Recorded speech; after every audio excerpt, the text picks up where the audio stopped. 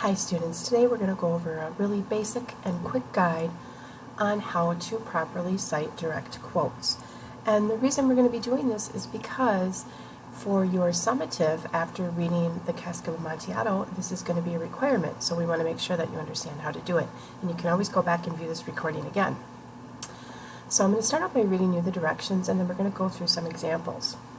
Quick reference sheet for proper citation. This is a guide to help you become familiar with the very basics of citing direct quotes from a short story. In this case, we will use The Most Dangerous Game as an example. And the reason I want to use The Most Dangerous Game as an example is because we've already read that short story, so you're going to be familiar with the quotes in which we're talking about. We will only go through a few examples, so if you run into a different case, email your teacher for specific questions or help. So if you're reading in the Cask of Amontillado and you discover there's a quote that you really want to use, but there's something in it that looks unfamiliar or something I haven't covered in this recording, feel free to email or contact your teacher in whichever way you feel is best for you, via Teams or email, and ask your teacher that question, okay? So let's look at some of these examples that I have here, and the first thing I want to draw your attention to is the left-hand column. It says quote information and the 3 W's. So there's 3 things you need to ask yourself if you're about to use a quotation, if you're about to use a quote, a direct quote. What's being said, who says it, and where is it? Okay? Now for purposes of this example, the page numbers that I have listed come from the blue textbook that we have here at school. Some of you have asked for them at home, so you can use that if you have that at home. Most people will be using the PDFs that are available to you. Okay, either way is fine. And then on the right-hand column, you're going to see the proper citation for it, and we'll talk about it. So let's take a look at these examples. The first one, what is said? Sailors have a curious dread of the place. Who says it? Whitney. Whitney's the speaker of that quote. And where is it? Where can we find that quote? On page 13. Now if we look over at the right-hand side, you're going to notice that I don't begin with what is said. No, there's another step added now. We need to frame it.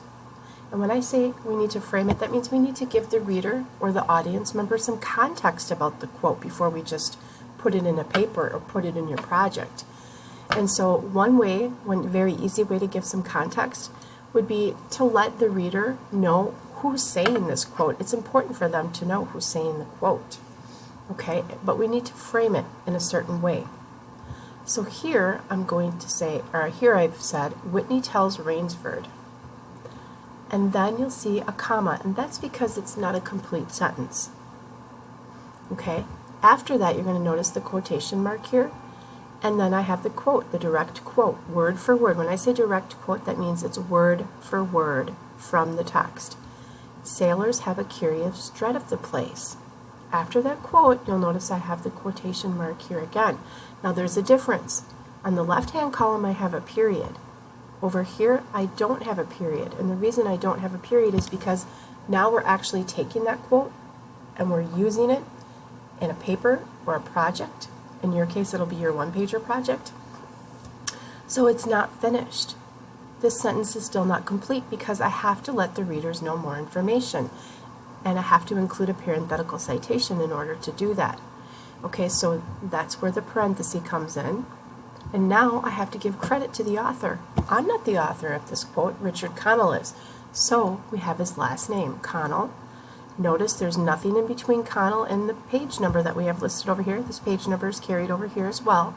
It's just a space. There's no comma, there's no period, there isn't anything. It's just a space, the page number 13, followed by the other parenthesis, and then the period comes because you need to look at this parenthetical citation. And when I say parenthetical citation, I'm talking about this little small portion here that has the author's last name and page number.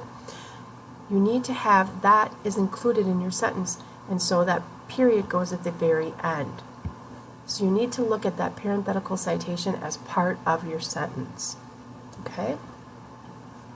And so this is an example of a properly cited direct quote. Now, could there be another way of writing this out? Sure, there could be. Let's think, what could we say?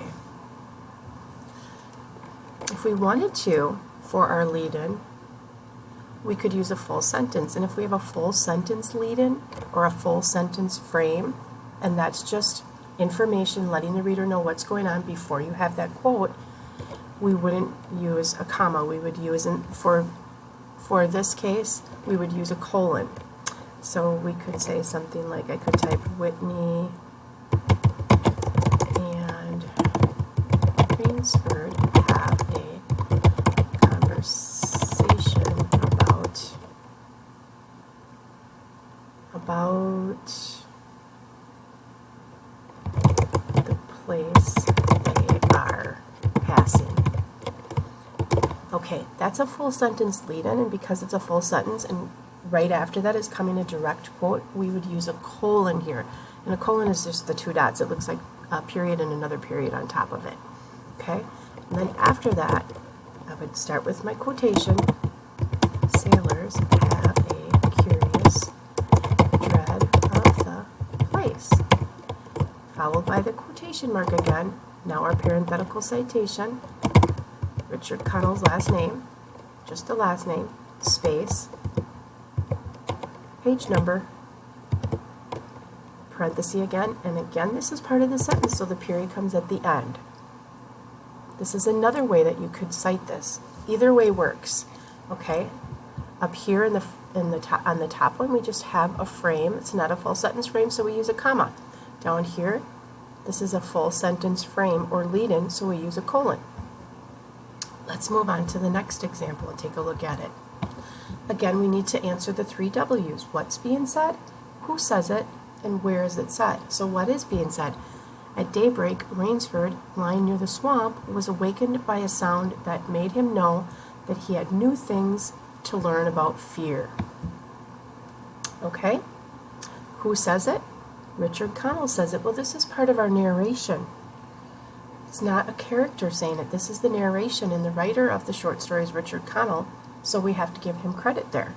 And then where is it said? On page 27. So if we look at this example, you're going to see again that I have my frame or my context or my lead-in. You can call it any of those labels work, right?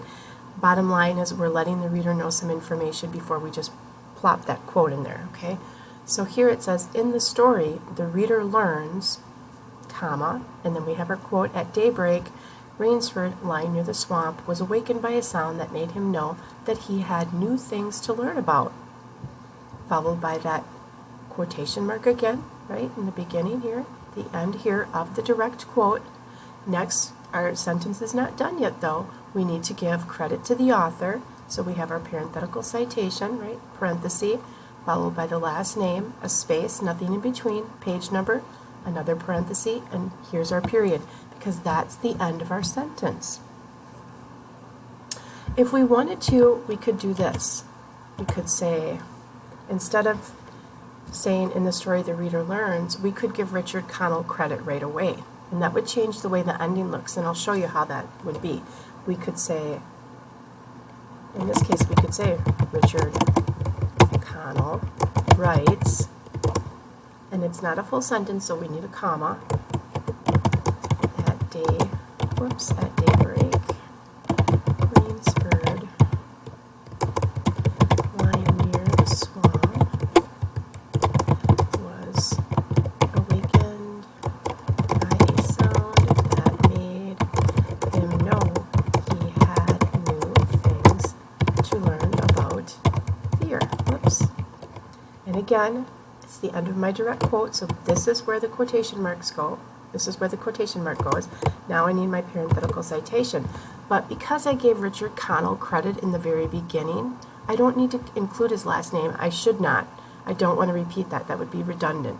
Okay, so instead, here I would just put the page number and a period.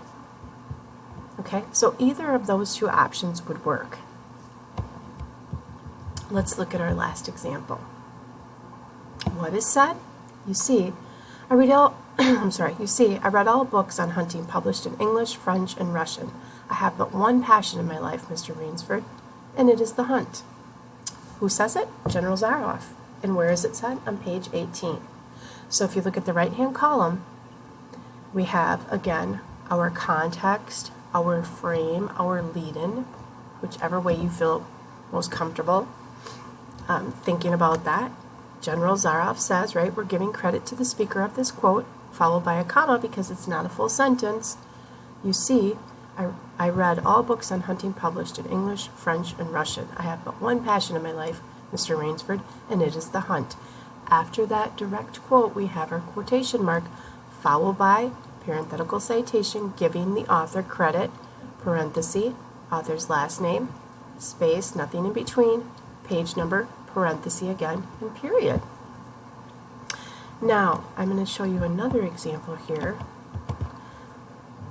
Let's just say that on your paper that you're doing, or your project, in this case it'll be your one-pager project, you feel like this quote is just so huge and you don't need all of this information. You could say something like this. You could say, or we could say according, you could change up your transition words if you want, according to Zaroff,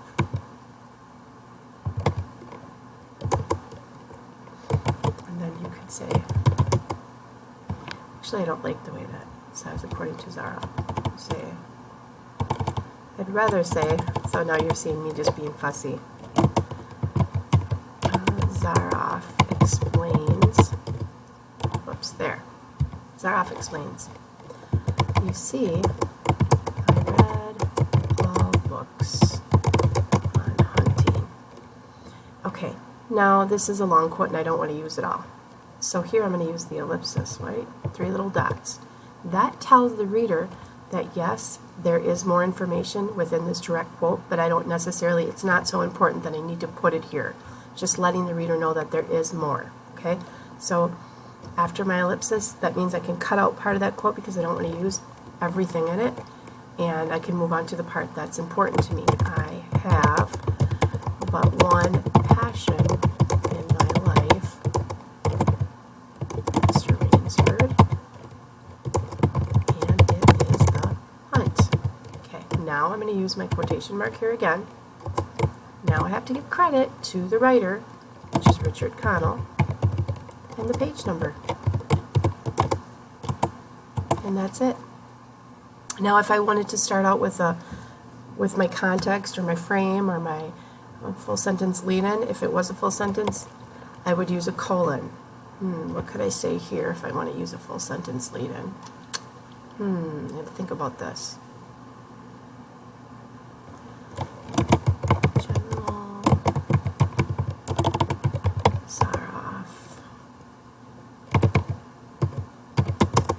States his opinion. Then I would use a full sentence.